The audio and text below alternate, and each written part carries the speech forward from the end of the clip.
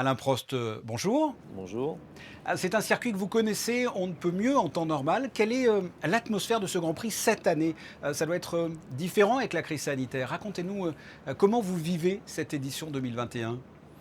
Alors c'est bien entendu un circuit que je connais parfaitement bien. C'est d'ailleurs le circuit sur lequel j'ai couru le plus dans les circuits, on va dire, de Formule 1.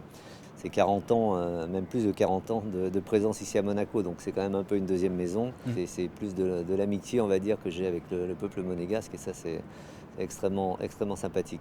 C'est vrai que quand on est ici, quand on a cette vue, bon déjà il y a quand même un aspect un peu magique de la part de la géographie, de l'emplacement, le port, la montagne, le circuit, enfin c'est assez fabuleux. C'est vrai que cette année c'est un peu particulier parce que c'est un retour, il y a quand même déjà un petit peu de monde alors que nous on n'en voit pas sur des circuits depuis très longtemps.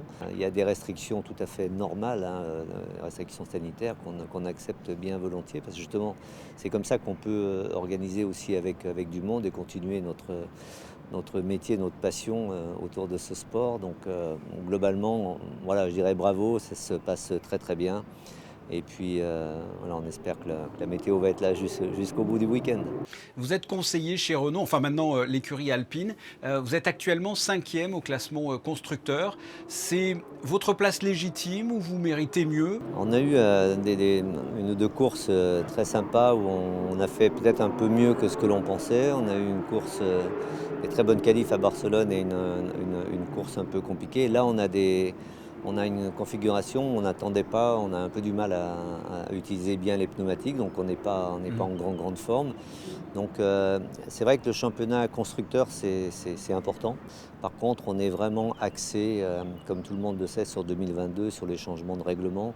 Donc on veut faire au mieux, mais c'est pas une place de plus ou de moins ne va pas changer la philosophie de ce que l'on veut faire pour l'année prochaine. Donc Vos deux pilotes, le français Esteban Ocon et le retour du double champion du monde Fernando Alonso. Un mot sur ces deux pilotes en ce qui concerne ce début de saison?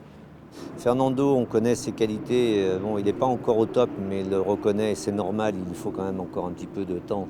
Mais sur le plan aussi de l'ambiance, de son comportement dans l'équipe, son côté professionnel, c'est absolument sans reproche. Et puis Esteban, eh bien par rapport à l'année dernière, il a énormément progressé sur la piste comme en dehors de la piste. Et ça aussi, donc on est une bonne chose, et donc on est très satisfait voilà, des deux pilotes aujourd'hui. C'est certainement pas le point faible aujourd'hui de notre performance. Votre point de vue sur cette saison avec un duel Hamilton-Verstappen qui survole un peu la compétition?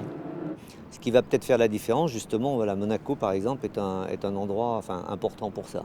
Lewis a l'air un peu moins bien, en tout cas jusqu'à présent. Ouais, Attendons de peut-être qu'il voir cache quelle ses son jeu, courses. oui, il faut voir. Voilà, Mm. s'il cache son jeu ou pas. J'ai pas l'impression. Difficile de cacher son jeu le samedi matin, Mm. parce qu'on a besoin vraiment de renforcer sa confiance pour les qualifs. Donc je trouve quand même que c'est un tout petit peu loin. Et il suffirait que, voilà, que Max gagne et que les Ferrari s'intercalent. On joue un championnat comme ça, on le joue en perdant éventuellement des points quand les pilotes s'intercalent, ou bien voilà, un abandon, un accrochage, parce que si on part en pole position ici ou si on part cinquième ou sixième, on a plus de risques. Je pense que ça va être une saison compliquée, mais ça met aussi Lewis, Mhm. qui a été un peu, pas critiqué, mais on dit oui, il a gagné le championnat, il n'a pas de concurrence.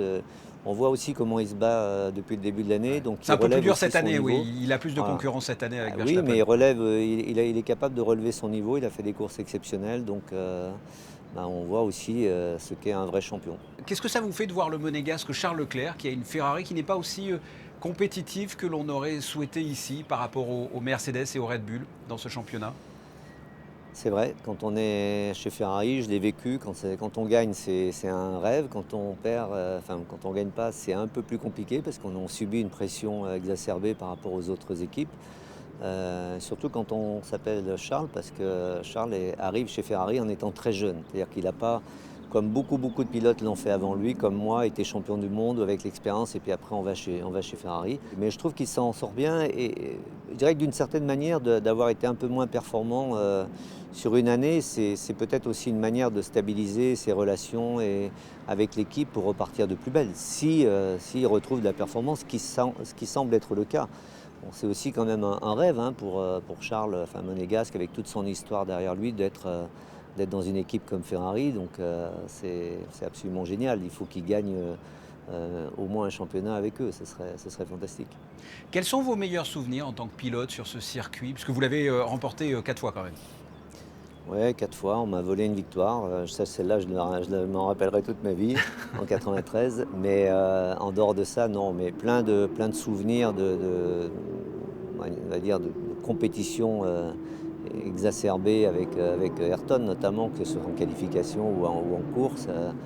Puis Monaco, ça n'a jamais été pareil qu'un autre circuit. Mais quand vous êtes en tête d'une course, les derniers tours, et que vous voyez le public dans les tribunes, parce que c'est le seul endroit, Oui. c'est le seul circuit au monde où vous pouvez comprendre en fonction de l'attitude du public ce qui se passe. Vous avez une anecdote, une histoire originale à nous raconter sur ce Grand Prix pour finir cet entretien? C'est ce côté tradition.